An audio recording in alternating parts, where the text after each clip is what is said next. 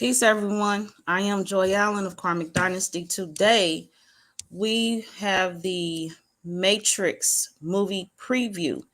And this movie preview series is in regards to the upcoming Karmic Dynasty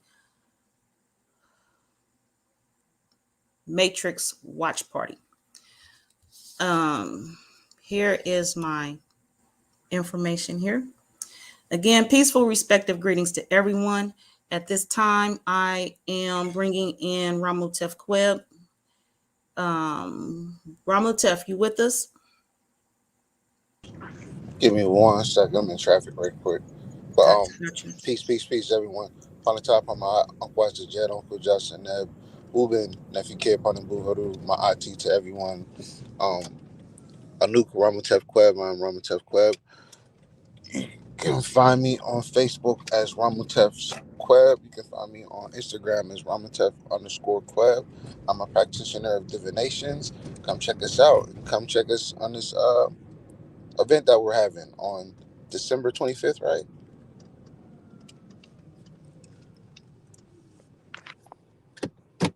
Uh, but yeah, give me 1 second. I'll be right back. Oh, my bad. My mic wasn't even unmuted. All right, everyone. So today we also are supposed to have Raw Eye joining us in the studio. And yeah, I don't have any updates yet from him. So this is what's going on today. So as I mentioned, in December, I will be in Indianapolis at my event. Ramutef Queb is the brain star child of this event. And so he has been assisting me. Here is the banner and a picture of Raw Eye. Some of you may know him as Mentat, as Tech. And today, as he appears, he is using the title Raw Eye. He is also going to be on my next broadcast that starts at 2 o'clock with the Mother Matriarch Selima Ellis. So back to this one right here. So on today's broadcast, this is part one of 3 parts to this series. In part one, we will be reviewing the Matrix, the first movie. Part 2, we'll be reviewing the second Matrix that come out. And in part 3, we'll be reviewing the third movie, The Matrix, that came out. And it's leading up to the new Matrix movie, the fourth one. And we'll be there. We'll have our pre-show. We'll have the main event, which is watching the movie. And then we'll have an after party. And you can contact me for information and how to let me know you're coming. Because again, as we know, Karmic Dynasty is a fiat-free event space. So anyone that wants to come and share their products, contact me. I'm most likely, from all of my experience so far, I need to know who you are. And I need to know that you know, or at least are aware of who I am. And everyone else, we coming, we're eating, of course. We got a menu planned. And we've also planned and we expect and we know we will have an uplifting, wonderful experience. So, Ramutef, you here with us yet? Yeah, I didn't catch it. All right. So he needs a few moments. So what I'm going to do, because I'm about to improvise, y'all, because So let's look at this. We are examining the Matrix first movie, which came out in 1999. Right now, I'm going to share this screen with you. Of course, most of you have seen it. I know I've been discussing this 3-part series with people recently, and some people still are like, oh, it's a new Matrix coming out. I can't be like, yeah, because I didn't know. Ramutef told me. So I didn't know. So I can't be pointing fingers. And if I could, I probably still might not. Either way.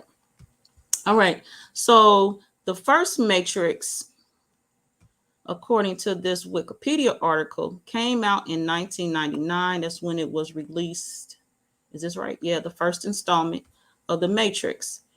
And I'm attempting to make this bigger. It's not helping. All right.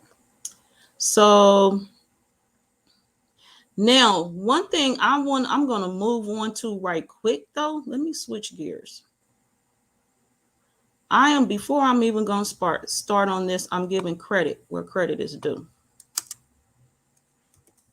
few moments, please. Nah, y'all not giving me what I want.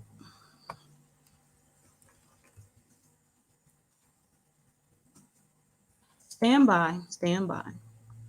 If y'all don't give me what I'm looking for, what am I looking for?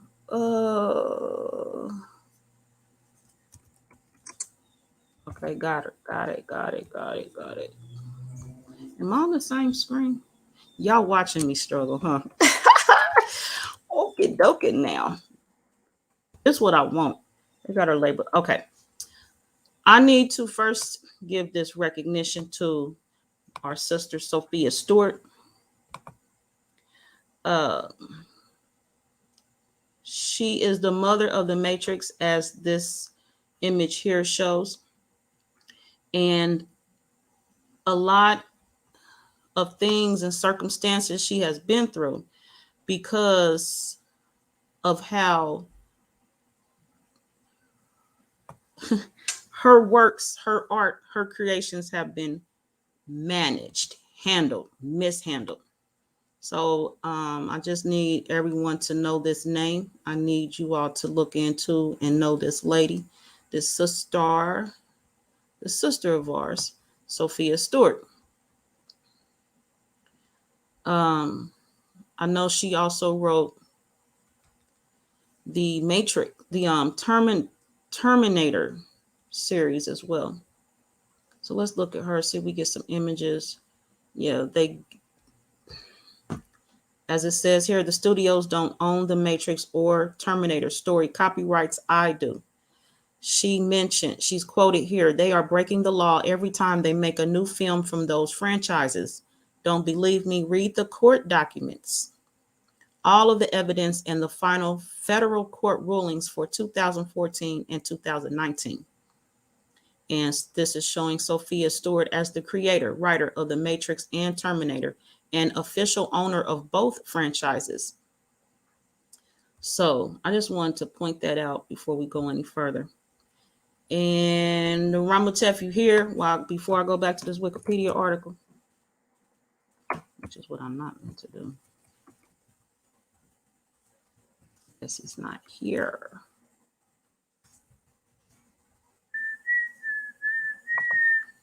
Y'all chilling with Joy Allen today. For now, looks like, huh? All right. Let's roll it. All right. So this movie, of course, starring, I got to say my brother's name first. Lawrence Fishburne, Keanu Reeves, Carrie Ann Moss, Hugo Weaving, and Joe Pantoliano. Y'all got me. It depicts a dystopian future in which humanity is unknowingly trapped inside a simulated reality, the Matrix, which intelligent machines have created to distract humans. And we know today, before this Wikipedia article, it don't always necessarily take an intelligent machine to distract humans while using their bodies as an energy source. Okay, so this movie, as we know, you've seen it. If you haven't, I'd be curious as to know the why and how. What's up? The Neo is the computer programmer, and Neo is his hacker alias.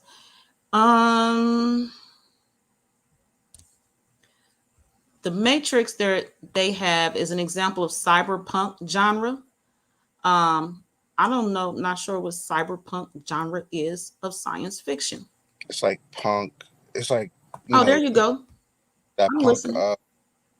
What is it? That culture, punk culture, in a cyber or technology type of world type thing. That's what that is, basically. Okay, dope. All right, so we got an example of another cyberpunk genre movie. Um, what you call that? Blade Runner was one. Okay. Um, um, it was a game. I can't remember the game, but it was a game where it's the same type of scenario where you like you're half human, half android type of person, and you collect data and all this other stuff. You go on missions and stuff like that. It's almost like a Blade Runner game, but not necessarily. But Blade Runner Mm-hmm. more so in that type of era.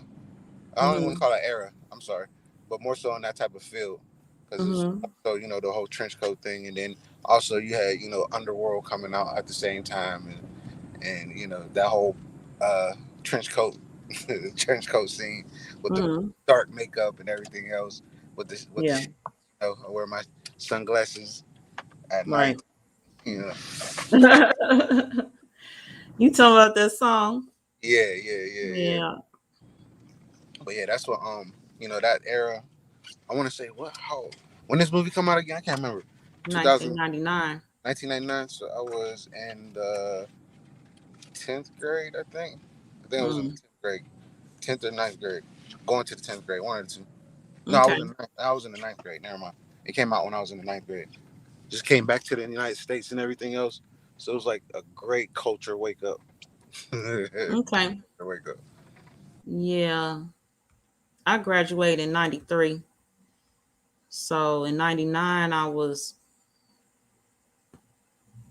mm, about to have my fourth daughter if she wasn't already here. There go that laugh. Goodness. All right. So they also mention here the influence of the fighting styles was influenced by Japanese animation, these action scenes. hmm Okay. Um, so some of the fighting scenes were computer generated, looks like. Um. Well, yeah, that whole CG Partly. because they was introducing what they call it the bullet time and everything else where they Yeah. had that panorama was it panorama camera, you know how we have the panorama camera type thing where it gets Yeah. distance. So that was like the introduction to it a little bit. Mm-hmm. um which made it look like very interesting. It was very interesting. I ain't gonna lie, because a lot of us was doing that, and a lot of us, I don't care who you was, everybody did, and then everybody dubbed it as, oh, I'm doing the Matrix, and then it's just a slow time, dodging things of that nature. And, Right. it was a good time. It was a good era, especially in my well, shoot for my era, for those who grew up in my age. Um, we definitely took that very, very, very serious. And then that's when Mm-hmm. computers, like, because during our age, we still had was it dial up? Yeah, we still had dial up going on.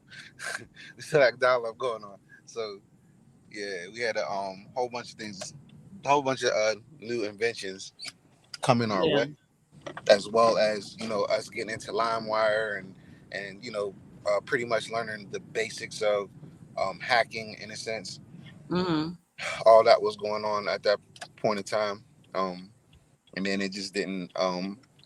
It was mighty coincidence that Neo was that type of person, a computer programmer, and it's like been a long time since we had like a protagonist as a computer programmer since I want to say War Games. Was it War Games? I want to say it was an old school movie, War Games or something like that. But Mm-hmm. yeah, we had all that going on during that time. Mm-hmm. Yeah, in the article it had mentioned let me see if I can scroll down here.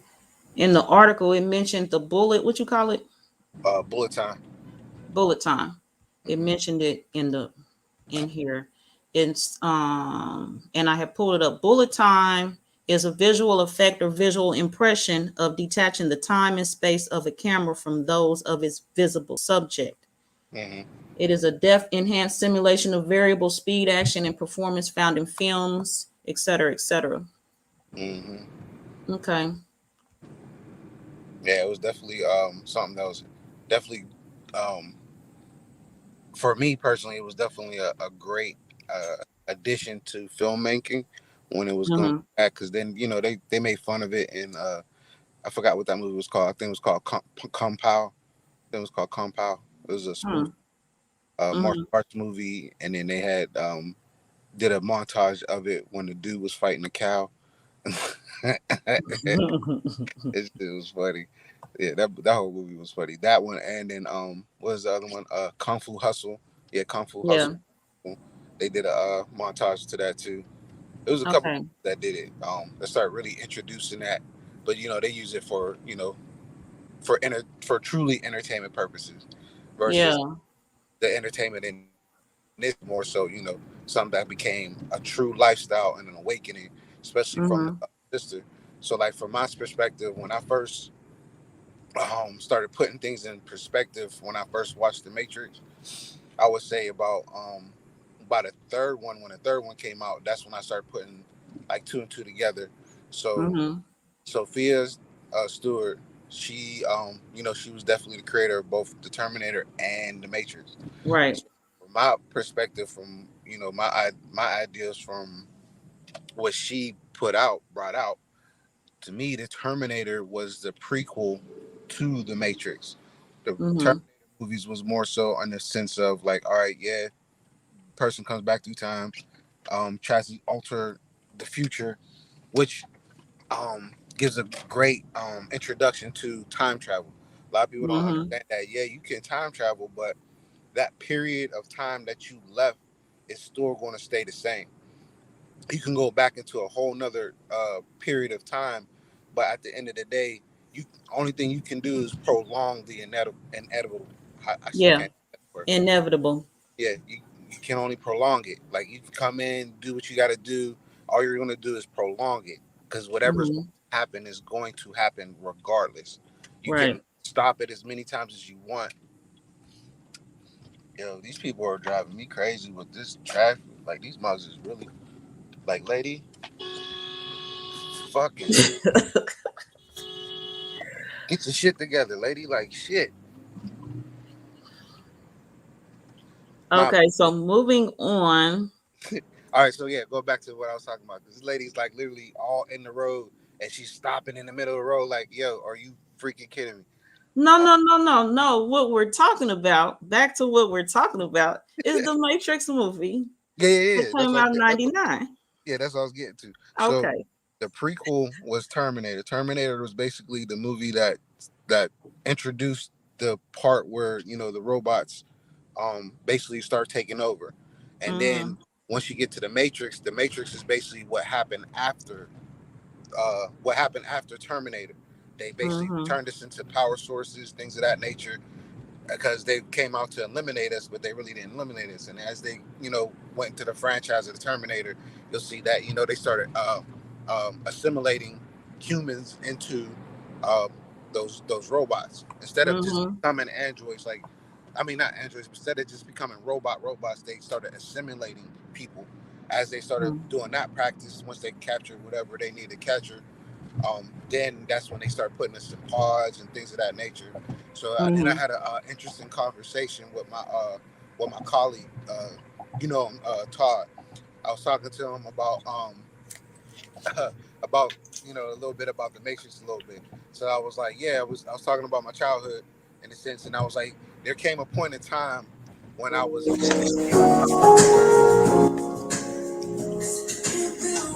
My bad. Go ahead.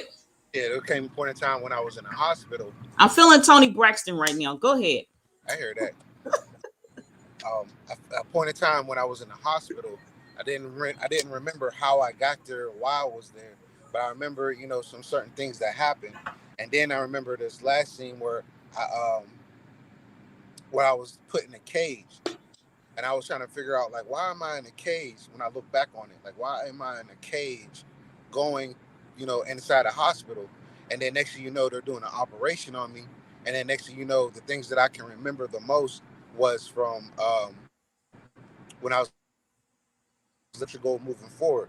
Like a lot of memories from from till I was 7 years old. or very scattered.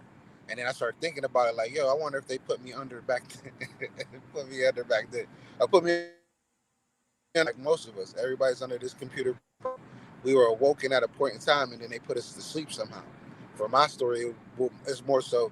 I remember being in a cage on a bed, like the beds that caged the bed, which was crazy. Like, why would you need to cage a young child in the bed? And that young child is Ramutef Queb Yeah, with that Ramutef yeah, laugh. yeah.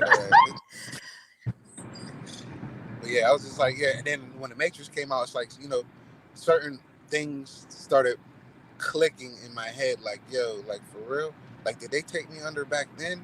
Have I been plugged up to this machine world for that since then, Mm. or have they been getting have they took my consciousness since then?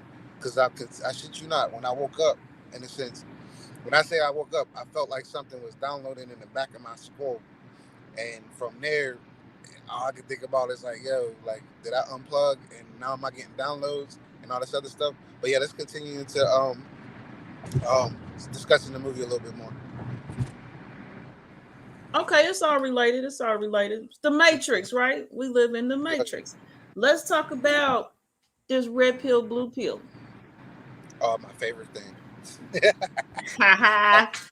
I love using. I love using this. I love using the meme, especially when it comes to dealing with astrology, because it's that type of moment for people, and I'm being very realistic about it. Like, yo, y'all been controlled under Western astrology for this long, right? And then you come to an individual like myself or anybody from Sidereal Revolution and so on and so forth, or even from Joy's platform, from Karmic Dynasty, from TVs, so on and so forth, Black Eyes TV7, all that good stuff. Conscious said, or Conscious or Crazy, like, are those particular platforms give that insinuation of a red pill, blue pill? Because the blue pill, in a sense, is actually something that just gives people the ability to, they give the whole concept of free will, and then I said it previously in another video on Karmic Dynasty about what free will is. And then you have the red pill. The red pill is basically, representing, in a sense, truth, but it also represents the what's that word? The misery, pain, and suffering that a person will come into by knowing the truth.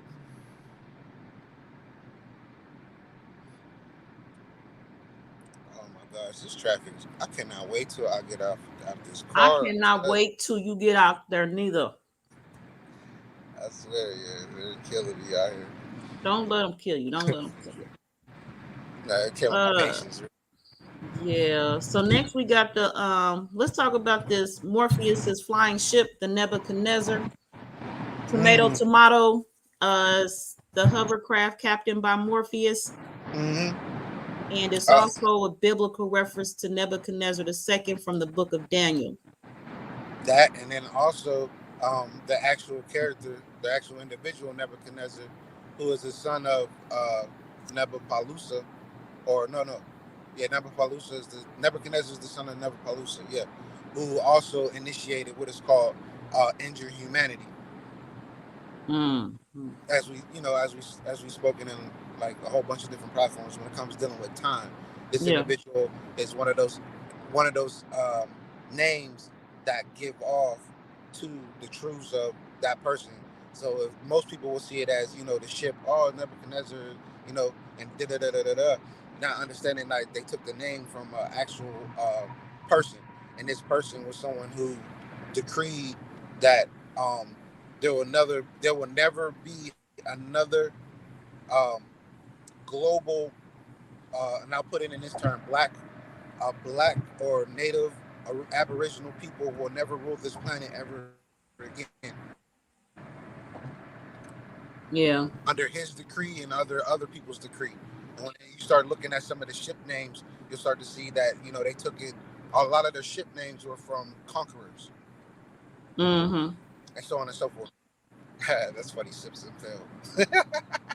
Yeah, because That's next we're funny. gonna talk about Neo recuperating from a lifetime of physical inactivity in the pod, and Morpheus explained to him their situation, and then about the war breaking out between humanity and the intelligent machines, Mm-hmm. which is also AI, artificial intelligence. Artificial intelligence, yes. And the And then humans block the machines' go ahead. access to solar energy. And the machines responded by capturing humans and harvesting their bioelectric power Yep. while keeping their minds AKA plasma. pacified in the matrix. Uh-huh. Yeah, AKA plasma, AKA our cosmic energy, things like that, things of Right. that nature. And then if you notice, um, a lot of the survivors in a sense were oh no, we didn't even got that far yet, but Roll where you roll. Let's roll.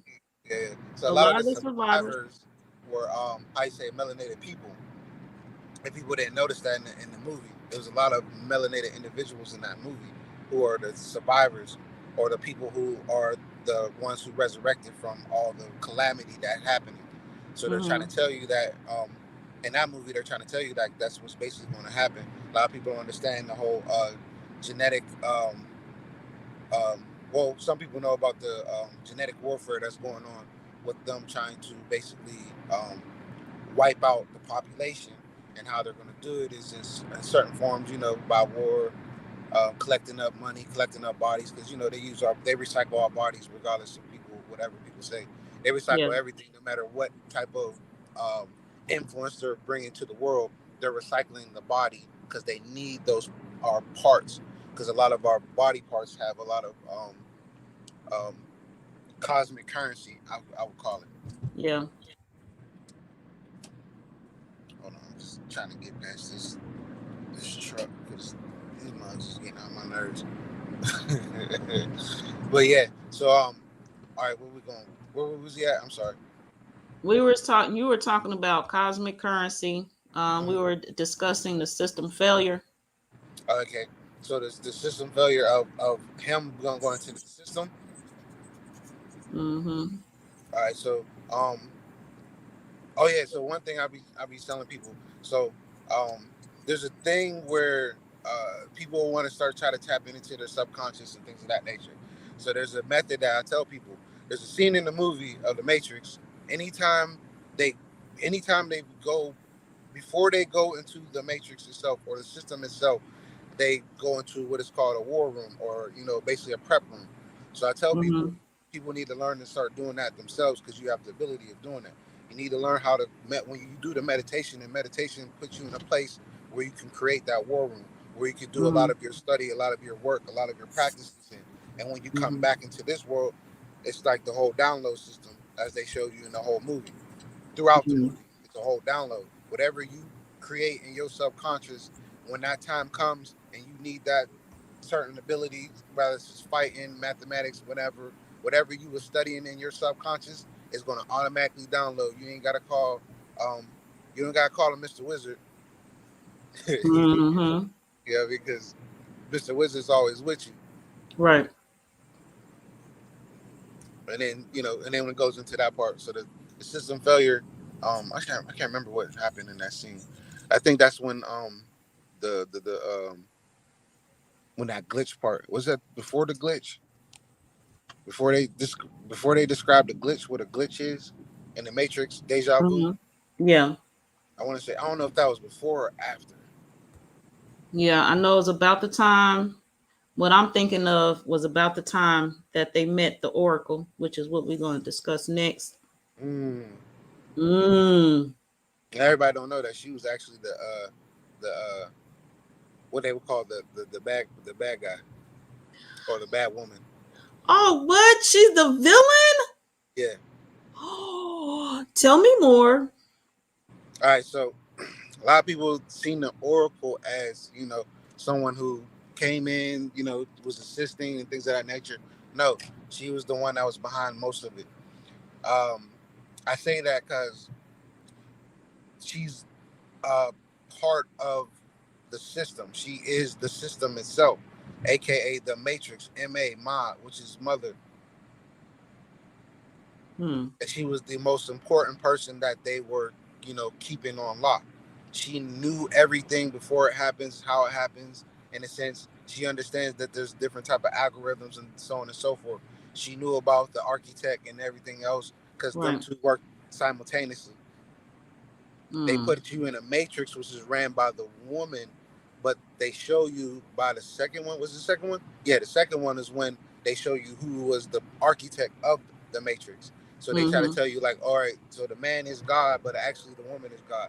But they'll put the man in place of God to give you the choices of what you need to do when it comes to finding your path. And in this case, they had ran this simulation minis and minis and minis of times, just like they Mm-hmm. do currently. As they say, history repeats itself. Right. So they're, decoding that as well. With her being the actual, like she was like the villain, but not necessarily the villain. She did her part. By the same time, she wanted to outdo the other program, which was, the architect, and also the I can't remember what the thing was called in the last one, but we're gonna stick. Mm-hmm. Let me just stick to the first one. So Okay. in the first one, you can see her. They meet her. She tells basically people like, all right, blah blah blah, you're not the one, so on and so forth. You start to learn different other ones because a lot of the ones were there in the room with her, and they were like the one, like the sun god. They had the sun god. They had those who brought in spring. The Mm-hmm. the young man who was telling them there is no spoon. That was like reference to the matria and so on and so forth. Like she had all the, how you say, the what's that word? What do they call them? Messiahs. That's it. Okay. She housed all the messiahs. If a person houses all the messiahs, she's the one who controls it all. Right. Okay. And then as you go further into the movies of second and the third one, then you'll start to see it.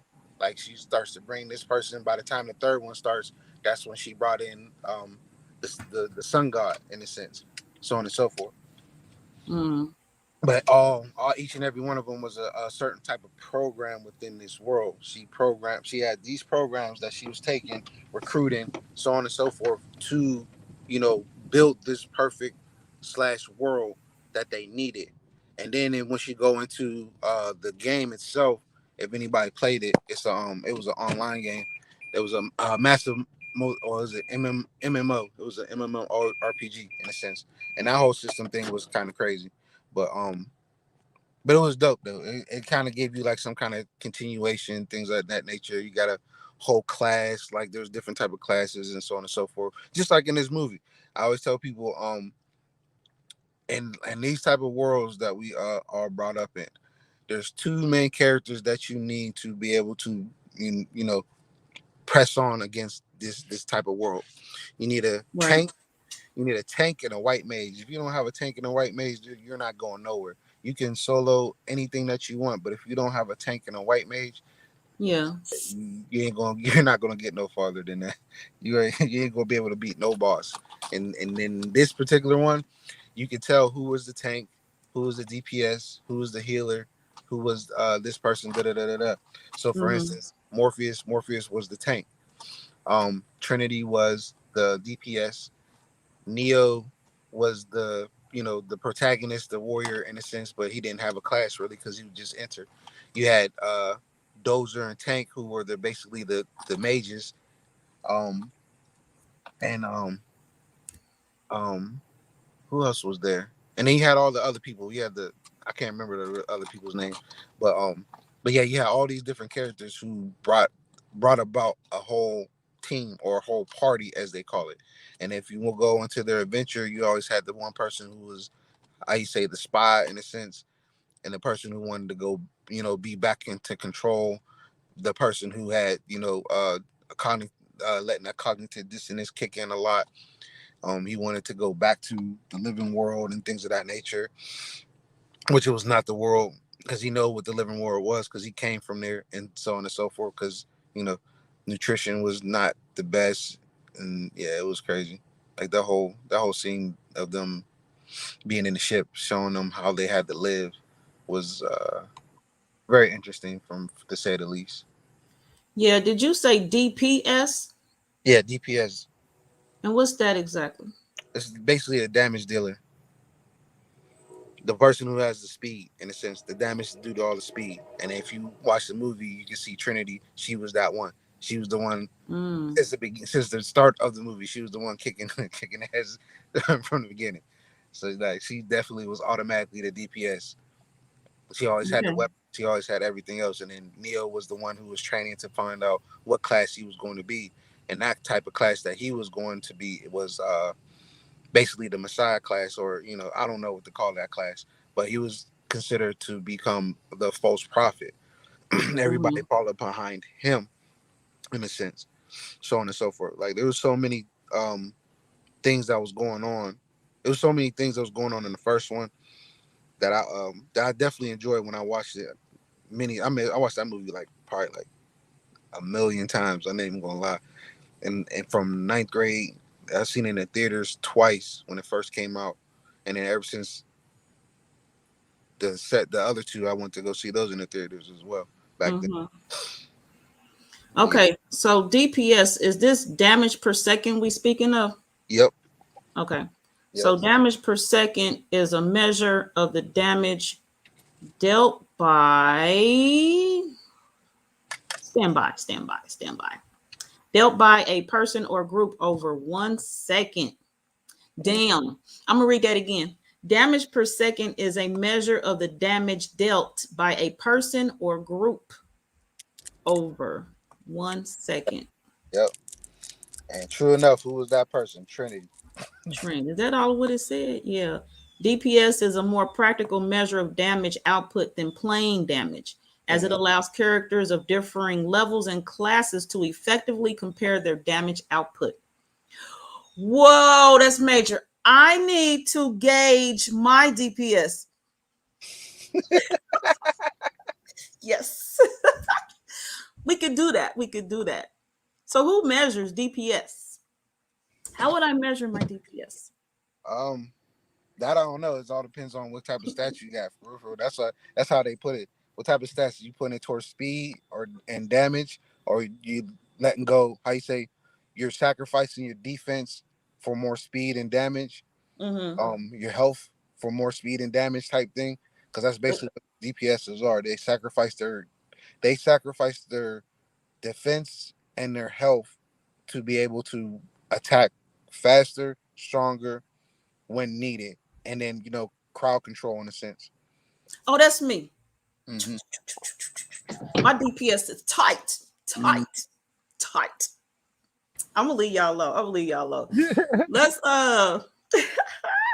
I cracked me up. I cracked me up. And today is one of them days. Damn it. I hear that. So yeah, so going back into the movie. All right, Yeah, so back into the movie. that particular scene that everybody always talk about, the woman in the red dress. Oh, hell no. First, while I got this image up, Mr. Let me see her. Let's talk about Neo. Since Hmm. we talking about DPS, let's talk about his advancements and him getting comfortable with his skills and all that great stuff. Okay, so Okay. for him, it was just more so, fighting against cognitive dissonance, coming into what is what he's trying to find out was truth, because he already knew truth. He knew truth because that whole scene when he first met Morpheus, that's the best scene in for me, best scene in movie history. Mhm.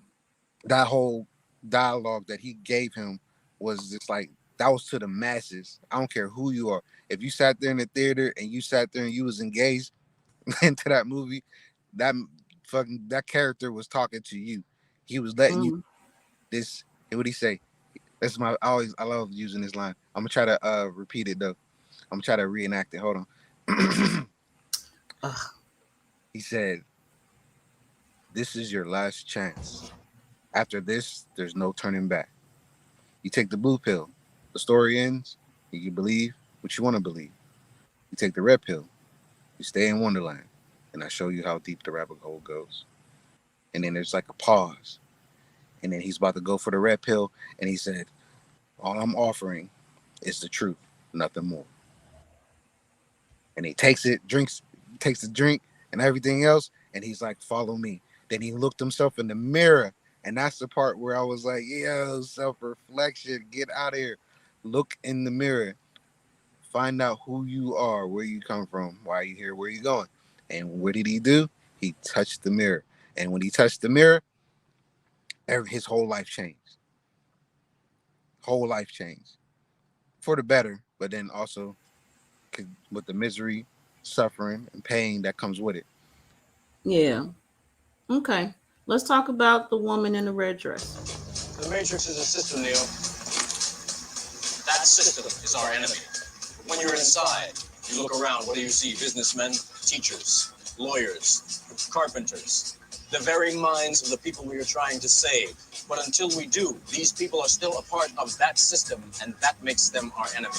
You have to understand, most of these people are not ready to be unplugged. And many of them are so inert, so hopelessly dependent on the system, that they will fight to protect it. Were you listening to me, Neo? Or were you looking at the woman in the red dress? I was. All right, let's talk about it. Talk about it, Ramutef. Here's your opportunity. All right, so for me, when I seen that, he was showing you the what was going on, because he also said that line. He was like, you can feel it everywhere. The matrix, you can feel it everywhere. You can see it when you wake up, when you have your coffee, when you do this, when you do that, when you pay your taxes. It's all around you. That's the matrix. No matter what you do, that is the matrix. And he's telling them about the type of people that will, how you say, quote unquote, start waking up. And then there's the prequel, what is called the Animatrix, and that was them taking the animated they animated shorts of things that was going on before and during the Matrix, in a sense. Mm-hmm. Give people like a backstory, in a sense. And there was a particular scene that I enjoyed the most when it comes to dealing with these group of kids, and they started Mm-hmm. how you say different abilities. They started having abilities or whatnot because of them waking up, in a sense. And then I remember there was another person who was in a sense of waking up. Like there's so much of things. There was so much things in that animation. It's not even funny, but they did give you Yeah. detail of the machines being solar powered, and in order to take out the solar power, they blocked out the sun, which they're trying to do right now. But yeah, whole All bunch of. right. So, But the woman in the red dress. So that was just basically showing the the way of the flesh, in a sense. He's telling you about what's going on about people's mental state, but like I said, he was still in the diagnosis of post he was in post was it PTSD, and at the same time cognitive dissonance. When that was going on, he was explaining that woman is what you would call the distraction, or how you say, mm-hmm. understanding the ability what the matrix is within that being that the one kid created. He created that woman to show a person how things can stand out so much that you can lose yourself within your own consciousness to the point where they will come and get you. Mm-hmm. Okay, now what I would like to do before we end today's broadcast on the new movie event Matrix Watch Party Karmic Dynasty event, December 25th, 3 p.m. until join us for the pre-show, the main event, which is watching the new Matrix movie, and the after party. Contact me for information, etc., etc., etc. Ramutef, your intro, the beginning was kind of here, there. You wasn't quite here. Talk to us about this upcoming event, what expectations you have, all that good stuff, if you don't mind. No doubt. Yeah. So give backstory. Joy found out that I knew that it was the new Matrix coming out, and I was like, yeah, let's do a watch party. And she was just like, all right, let's do it. So we end up coming up with this.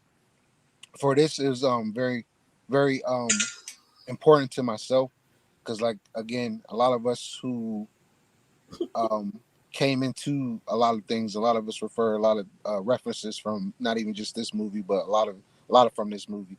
It's Yeah. just like an introduction to what's going on in the world, and then you got Divergent and so on and so forth. But the event itself is like I wanted people to watch the first one. We will all watch the first one first before we watch this new one, because the new one is basically, from my own understanding, from just watching the trailer, things of that nature. It's, to me, it's just showing us how, even though we have broken free from this, but somewhere somehow they brought us back in and updated the system. Okay, that's fair. That's fair. Um, so But me would you like personally, to discuss anything else before we leave? We have uh, like 5 minutes. oh yeah, yeah. So the one part where when Morpheus told him about the jump, that was that was the best one ever, to show Mm-hmm. how to break free their mind, even though no one makes it on the first try, which is very true. Even myself, I have my own version of this, and nobody makes it on the first try. Yeah, I didn't make it on the first try. I was so concerned about my DPS. Yeah, for real, bro. So it's like the type of methods to, find out how to free your mind. That is the best line I've ever heard. That whole movie just has a abundance of abundance of great lines, like just one hitters that really just like really hit you to your core. Like, damn, like I definitely see that. Like discussing the whole deja vu, like the whole deja vu thing is something that's very, very um very, very real, because it's like in your own programming, you're about to glitch out, and then somehow you're figuring out, and then you start to be puzzled for a while. Like, damn, I've been here before. Mm-hmm. Why have I seen this whole thing? Because while he was explaining to people, and that scene you just played, where he was explaining to them about the Matrix and the people, that's basically what you're going through. That distraction is when they reset on you and you're trying to get your mind back, but then you go right back into the world that you came in. So for instance, you're at your job, you pay your taxes, you eat, you wake up, you do the same thing. In a 7 day stretch, you're going to continue to do that same cycle. You might go party on Friday, party on Saturday, and everything else, but at the same time, you're still repeating the cycle. What what is it that's going to help you break free from that? Mm-hmm. Oh yeah, it's in silent. Oh, he just said it, and then he just jumps. Oh, what you mean play the sound? Yeah, yeah, yeah, yeah. Go back a little bit more. You have to let it all go, Neo. Fear, doubt, disbelief. Free your Your mind.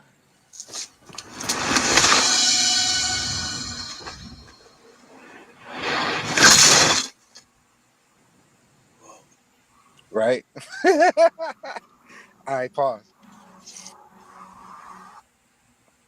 But yeah, that's just one of those parts where it's like that's what most people need to get to, or I will feel people would need to get to when it comes to that particular moment, especially when it comes to the deja vu moments. When that happens and you start to recognize it, just know that you're in a state of waking up, or trying to get out of or trying to come out of that consciousness that they're putting you under. The best way to do it is to free your mind. Mm-hmm. And then my favorite line from that movie Inception, um, the brother said, "Mr. Carver, will you take a leap of faith or become an old man filled with regret, waiting to die alone?" That goes hand in hand with that jump. All right. And with those words and that being said, let's tell everyone our departure, words of departure. I've been looking for something how to say that. So here it came. Let's speak to everyone our words of departure and let's get out of here. I hear that. Um, I appreciate everybody coming. Thank you again, Joy, for allowing me on the platform of Karmic Dynasty. My closing words is that ending scene: free your mind, open your heart, and free your mind. Come back to the darkness. Don't go to the light. Go to the darkness. Everybody, go to the darkness, because you'll start to see the truth of it all once you start to bring your mind to it. Anouk Ramutef Queb. I am Ramutef Queb. You can find me on Facebook as Ramutef Queb. You can find me on Instagram as Ramutef_Queb. Again, I'm a practitioner of divinations. Come check me out. Come check out this platform. Definitely those who are looking and are interested in joining us on this event, definitely reach out to mkdtnt@gmail.com. Gratitude, Ramutef Queb, for joining me here today to promote the Matrix movie watch party in Indianapolis, December 25th, 3 p.m. until. Oh, I appreciate you all. I'll see you at the event. If you cannot make the event for some reason, I'll see you at 2 o'clock because we're about to do a double feature movie review. Or I'll see you at 4 o'clock for my Halloween for kids. That's today too. And then I have my courtship attraction to commitment at 6 p.m. Eastern Standard Time. Busy, productive day. I love you all. You're precious to me. Peace and love and light, wholeness, wellness, balance to you all. Gratitude.